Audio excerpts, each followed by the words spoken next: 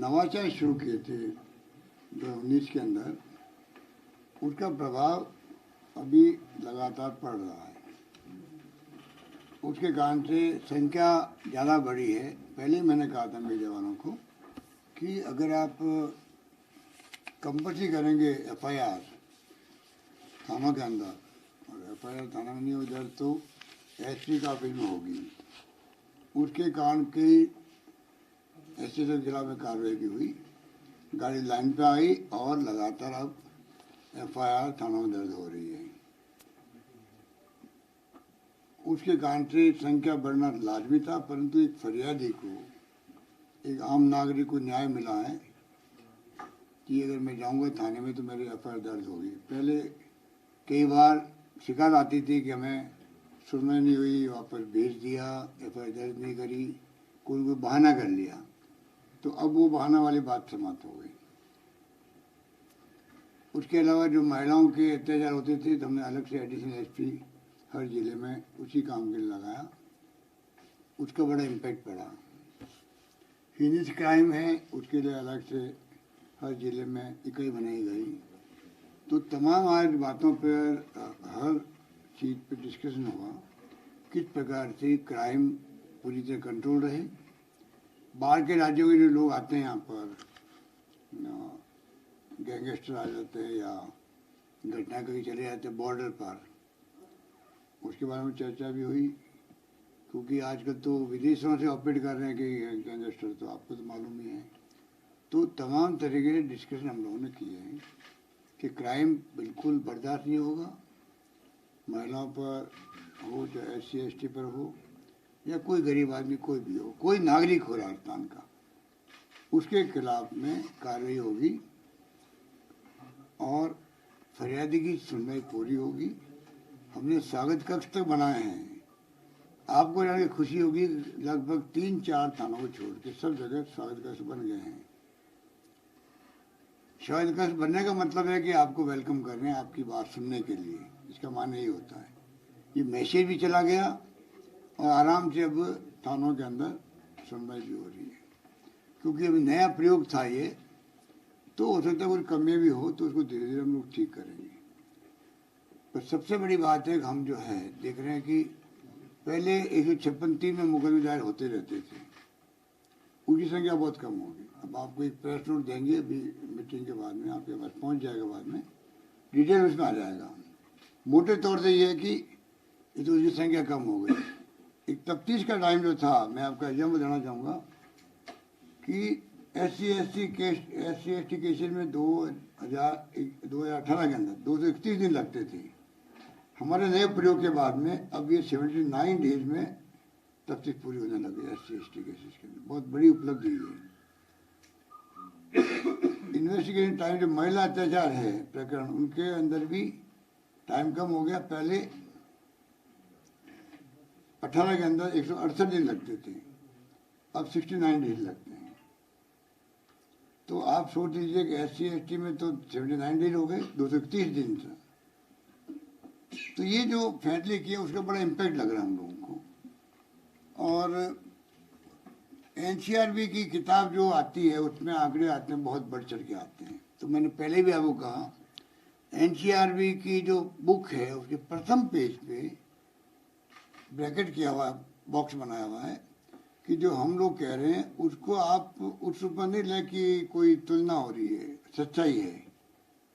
अगर आप एक पैरा पढ़ेंगे, मीडिया के साथ मैं कहना चाहूँगा वो पैरा वो पढ़ना चाहिए जो कम से कम पुलिस और होम मिनिस्ट्री को कवर कर रहा है। उससे क्या आपको अपनी स्टोरी बनाने में या आपकी जो न्यूज़ बनाने में आसानी हो जाएगी।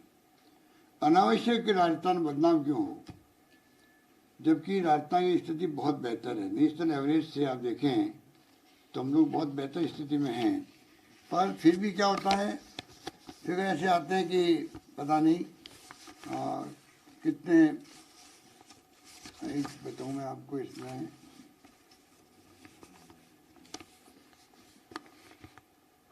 मैं आपको भी वो भेज दूंगा, इसको डिटेल में टाइम लग जाएगा। पर जो स्थिति है उसमें आप समझ लीजिए कि ओवरऑल कंट्रोल कर रहे हैं अपन नेशनल एवरेज से विभिन्न क्राइम में, तो हम लोग बहुत अच्छी स्थिति में है, वो आपको आंकड़े में अभी भेज देता हूँ।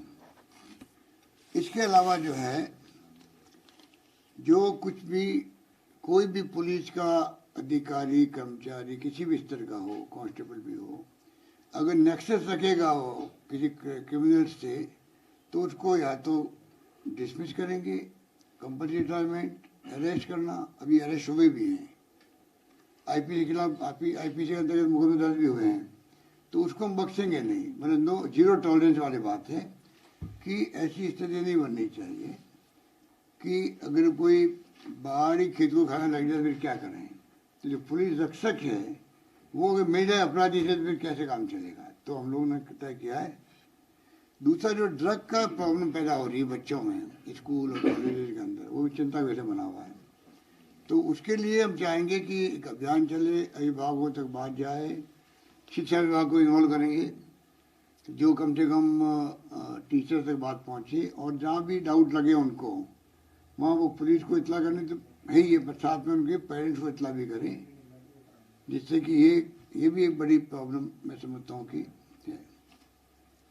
एक जो इम्पोर्टेंट निर्णय हमने किया कि जो आपको याद होगा, पहले मैंने एक बार निर्णय किया था 8 बजे के बाद में शराबी दुकान नहीं खुली रहनी चाहिए। बहुत अच्छा इम्पैक्ट पड़ा था पूरे प्रदेश के अंदर, विशेषकर महिलाओं और बच्चों में बहुत बड़ा वेलकम भी हुआ था उस वक्त। धीरे धीरे डायलूट हो गया वो, जो हम महसूस करते हैं। आज हमने निर्णय किया कि वापस जो है, जो 8 बजे के बाद शराब अगर बिकती मिलेगी, उस जो एरिया के थानेदार हैं, थानेदार सीओ की जिम्मेवारी होगी, जिसका एरिया पूरा, ओवरऑल जिम्मेवारी एसपी की होगी कि जिले में 8 बजे के शराब बाद में बिके नहीं। ये एक बड़ा पॉइंट है, इसको मैं समझता हूँ कि हम लोग बहुत सीरियस ले रहे हैं कि उससे कई तरह की बीमारी पैदा दूसरी होती है। तो ये एक है। एक और इम्पोर्टेंट निर्णय किया हम लोगों ने, ये जमीनों के जो मामले हैं, ये भू माफिया है, शराब माफिया है, रेती माफिया, बजरी का माफिया, कई तरह के हैं, उन सब के ऊपर कार्रवाई का शिकंजा कसे एसपी, ये निर्देश दिए जाएंगे कि इसको विशेष अभियान चला करके आप इसको जो है, पहले अभियान चलवाए हम लोगों ने, कई लोगों के खिलाफ कार्रवाई हुई भी है, इसको अभियान को निरंतर रखें।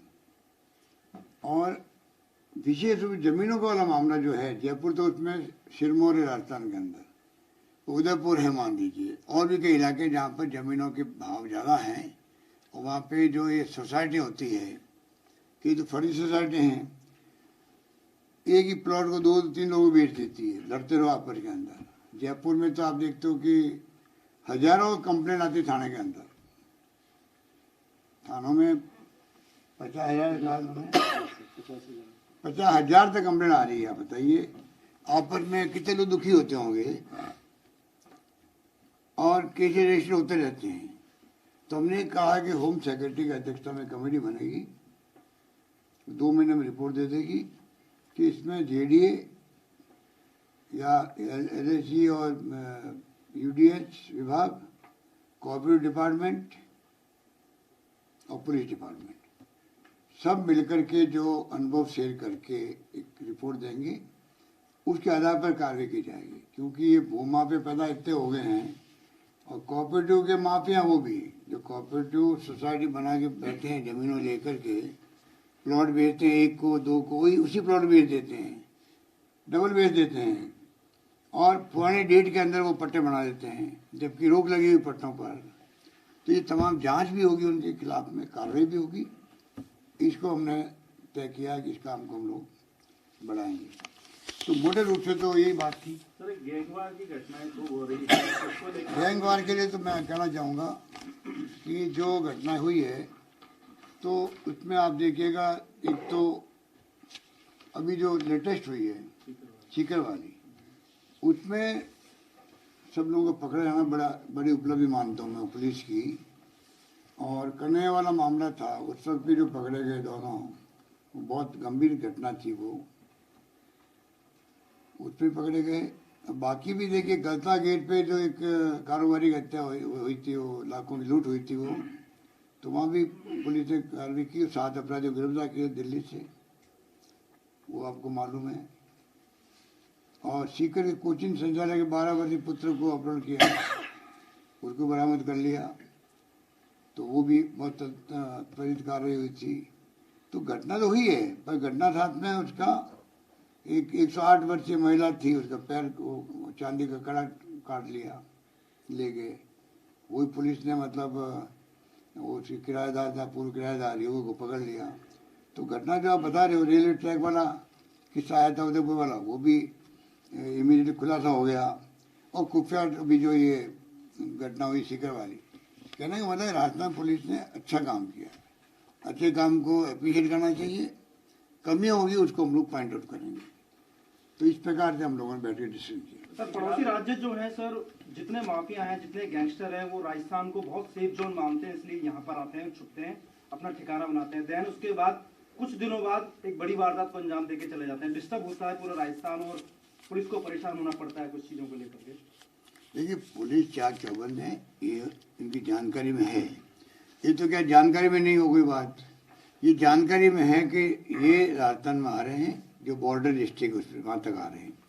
तो पुलिस 454 से और निर्देश दे दिए हम लोगों ने, विशेष उन पर ध्यान रखे, उन पर ऐसी जो माने हुए गैंगस्टर हैं, नाम आप सब जानते हो, कोई बाहर बैठा विदेशों में बैठे हुए हैं, वहाँ से वो ऑपरेट करते हैं, कोई जेल से करते हैं।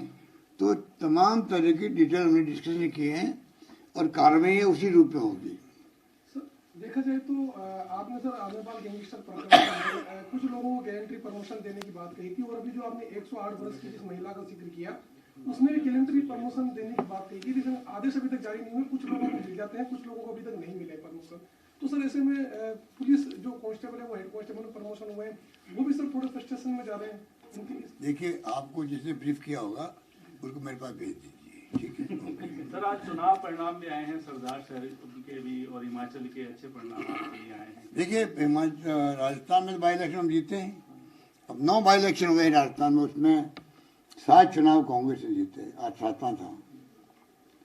और बीजेपी ने एक जगह तो थर्ड पे रही थी वो, और एक जगह जमान जब्त हुई थी। तो इसलिए राजस्थान में माहौल, हमारे विपक्षी साथी जो हैं वो पूरा प्रयास करते बिगाड़ने का, अफवाह फैलाने का, झूठे आरोप लगाने का।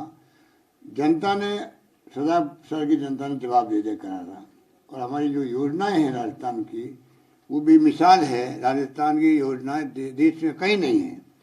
राजस्थान वासियों को गर्व करना चाहिए कि जो योजना हमने बनाई है, लंबी लिस्ट है उसकी, तो स्वास्थ्य योजना के अलावा भी वो तो एक्स्ट्राऑर्डिनरी ही है, पर सारी योजना एक से बढ़ के एक है, जो कंट्री में लगभग मैं समझता हूँ कि अधिकांश राज्यों में नहीं है, और कुछ योजना कहीं नहीं होगी।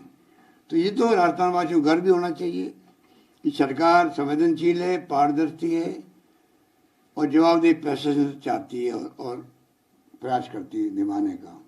तो ये माहौल मैं समझता हूँ कि जो ये चुनाव जीते हम लोग, उसमें कांग्रेस की जो पॉलिसी, प्रोग्राम, प्रिंसिपल तो है ही है, पर साथ में जो है ये जो राजस्थान के जो फैसले हैं गुड गवर्नेंस के, उस पर मोड़ लगी है। आपका ओपीएस सर हिमाचल में भी चला है, ओपीएस के आधार पर चुनाव लड़ा था, उसमें हिमाचल में कांग्रेस जीती है। ओपीएस का मुद्दा वहाँ बना हुआ था, हिमाचल में गया था वहाँ पर शिमला, तो ओपीएस का मुद्दा बना हुआ था, लग रहा था कि ये मुद्दा चल जाएगा, और चला वहाँ पर, चुनाव जीत गया। गुजरात में नहीं कर पाए, गुजरात में अच्छा परफॉर्म नहीं कर पाए। अब गुजरात में कोई चुनाव कोई उनकी जीत मानी जाएगी क्या, जब प्रधानमंत्री जी और देश के प्रधानमंत्री सारा देश का शासन छोड़ करके वहाँ बैठे हुए हैं। जब से यूपी चुनाव जीते हैं तब से मोदी जी लगातार वहीं आते गए हैं, गृह मंत्री ने वही कैंप कर रखा है। तो ये तो मैं समझता हूँ कि जो हालात थे, जिस प्रकार से कैंपेन कर रहे थे, तो लग रहा था कि ऐसी स्थिति आ सकती है, और जनता में अगर रिएक्शन हुआ, अंडरकरंट हुआ, क्योंकि ये मैं दावे के साथ कह सकता हूँ चुनाव वाले वो जीत गए हों, परंतु जितनी एंटी इनकम्बेंसी वहाँ थी, सरकार विरोधी लहर थी, वैसी लहर मैंने कहीं नहीं देखी। तो आप सोच सकते हो कि गुजरात में सरकार कैसी चल रही है। चुनाव जीतना तो एक बात है, लड़ाई विचारधारा की होती है, प्रिंसिपल की होती है, प्रोग्राम की होती है। उसमें हमें संतोष है कि हमारा जो रास्ता है कांग्रेस का, वो देश हित में रास्ता है और उसी में चलना चाहते हैं। जो यात्रा निकल रही हमारी भारत जोड़ो यात्रा, वो भी उसी का परिणाम है कि राहुल गांधी चाहते हैं कि देश में प्यार, मोहब्बत, भाईचारा की राजनीति हो, हिंसा नहीं हो, और साथ में महंगाई और बेरोजगारी की बहुत बड़ी चुनौती है देश के सामने, उस पर ध्यान जाए केंद्र सरकार। यही तुम कह रहे हैं। तो ये लड़ाई जो है, कौन जीतेगा कौन हारेगा वो तो समय बताएगा। डेमोक्रेसी के अंदर चुनाव तो हमने बहुत जीते हैं आज़ादी के बाद में, पर आज भी हमारा रास्ता मानते हैं कि देश हित में रास्ता है, वो है संविधान की रक्षा का, लोकतंत्र मजबूत रहे देश के अंदर, सरकार आती रहेगी जाती रहेगी। उसकी बजाय हम चिंता करते हैं हमारे प्रोग्राम, पॉलिसी और प्रिंसिपल जो है कांग्रेस के, वो हमेशा यहाँ पर मजबूत बने रहें। बीजेपी वाले आपके खिलाफ जन आक्रोश रैली निकाल रहे हैं। वो तो पहले यात्रा के निकाल चुके हैं, 4 साल में मुद्दा एक नहीं बना पाए, और अब वो जन आक्रोश रैली में जा कौन रहा वहाँ पर, कोई नहीं जा रहा। यात्रा फेल हो रही उनकी, फेल होगी। सर एक सवाल सर, अवैध हथियार राजस्थान में इन दिनों ज्यादा प्रचलन बढ़ा है अवैध हथियारों का, उससे यूथ पर भी बड़ा असर पड़ रहा है कि नए नए बच्चे हैं वो गैंगस्टर बनते हैं या उस पर चर्चा भी हुई है, उस पर चर्चा भी हुई है, और ये प्रयास कर रहे हैं कि अवैध हथियार की जो लाइसेंस है उस प्रक्रिया को मजबूत किया जाए। ठीक है, सरकार की जीत ये माने कि अब आप रिपीट करने का जो आपको सरकार मैं कह चुका हूँ, मैंने ट्वीट किया है, आज का चुनाव परिणाम अगली सरकार के रिपीटेशन का पब्लिक का एक मैसेज है हम लोगों के लिए। उस मैसेज को लेके हम और मजबूती से काम करेंगे। बजट आ रहा हमारा, मजबूती से बजट पेश करेंगे। पिछली बार बजट आया था तभी लोगों ने वेलकम किया। ये हमारा